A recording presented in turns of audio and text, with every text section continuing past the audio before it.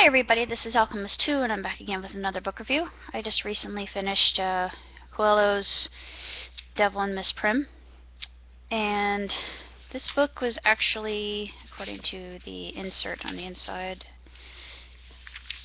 it was written, copyright 2000, English translation in 2001. It's a very short book, and it's just really compelling because it's basically about this village called Viscos, and you've got Chantal Prym and her grandmother, who have been living in this town for ages.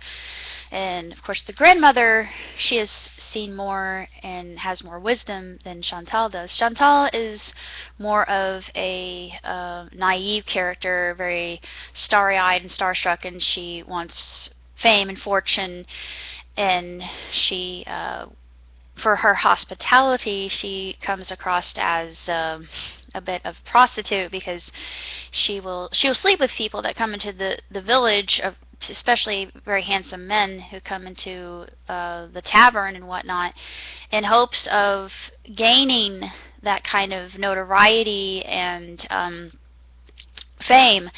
And it's really intriguing, especially when her grandmother notices a stranger that comes into town with a rucksack and 11 gold bars. Well, of course they don't really know about the gold bars yet, but he has them buried, and it's basically a story about good and evil, and it doesn't really go too much into the nature versus nurture argument. It's more about choice and the prospects thereof, and how all of us have within us the warring faculties of benevolence and malevolence every single solitary day, that in our minds especially. And another person who talks about this quite a bit is Kurt Schneider, who's a rabbi on TBN, or you can see him on the church channel. And I find this all very pertinent and fascinating. Paul talks about it quite a bit in the Bible as well. The battlefield of the mind, Joyce Meyer, you probably know about this, and it's been very popular and just a topic of conversation that's entering into our everyday lives. And the book, though short, is just this understanding that we, even though God holds everything in His hand and is omniscient, omnipresent, and omnipotent, we are free agents. We are given the ability to do whatever we wish with our lives, just because of Adam's fall, and we know all about that. But it just really is a sensational book, and I highly recommend it. It took me about a day to get through it. I mean, I couldn't put it down. It was that good. It was just so beautifully written and very visually appealing in my imagination. And his wording is so elegant and very easy to understand, and it's a struggle that we all have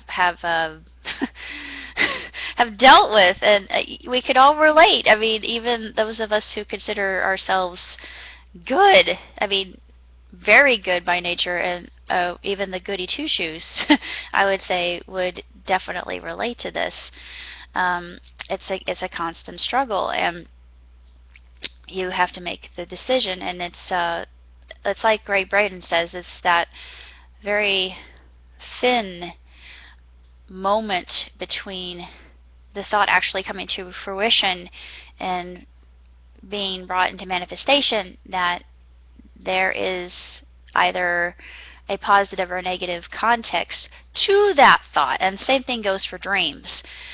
Dreams are seeds of reality, as Edgar Cayce said very eloquently, and I believe this in my heart of hearts. It's just really a sensational book, and I highly recommend it, and it's just beautifully written, sensational, and I feel like Coelho is kind of like a kindred soul, as I've been preaching about this quite a bit, and I just feel like it's very important. And there, in the essence, in truest essence, there really is no good or bad. We don't really we can't really judge, we can't really attach anything to that. It's when we look at life in this way, it becomes so much easier. And what we have to remember, our conscious is there for a reason. It's a compass that we steer our lives by, and a sextant in which we guide our vessels. Sorry to become all maritime on you. I love the sea, so it's something I can attest to, and I can relate to this very, very well, because in my heart of hearts I'm a gypsy soul, and I'm also a sailor. The ocean is my home. I really don't know what else to say about this particular book other than I just absolutely adored it, and it was just absolutely sensational and miraculous in and of the way it was written, and truly, truly, truly spellbinding.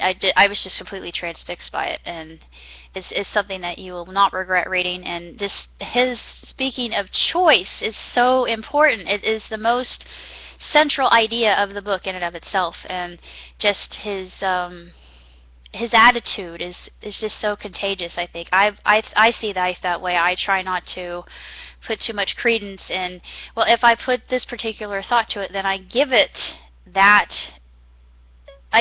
ability, and I really don't want to do that. The thoughts are powerful, and you have to be careful with your words, because words can be weapons. And it's only when you use kindness and compassion, love, all the good, I should say, anything euphonic, not euphonic, but what's the word? You something. I mean, you is always a prefix for good, but I can't remember. The word in and of itself just basically means that you would be using an idea that would be beneficial, that would help and give the desired outcome. It's like in any kind of experiment, and this has been proven too.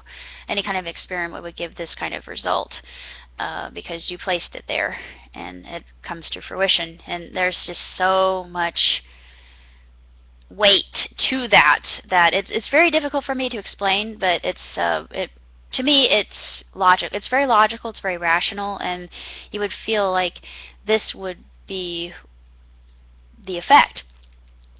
I have a little bit of an update. I had recently been thinking a lot about my Uncle Jim's brother, Ed, and I just knew I had a bad feeling in the pit of my stomach, and I had known for a long time that he just wasn't living, and unfortunately he was in a vegetative state, and he recently died. And I just thought, I hate it when I'm right. I mean, every single time I'm always right about this. Every time, ever since I was 10 years old. And however, I know that, and I know this sounds kind of morbid and macabre and a little bit eerie, but at least now he's not suffering. He was just Ed. When the last time I actually saw him was during my mom's my mother's funeral, which was in '08, and he just looked. He had this pallor about. He was very pale. He was very just wan, thin, and I just thought, that man is death walking.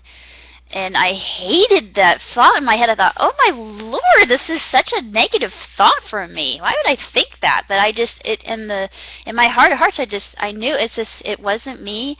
It was just the vibration he was giving off, that he just did not want to live. He was not happy at all.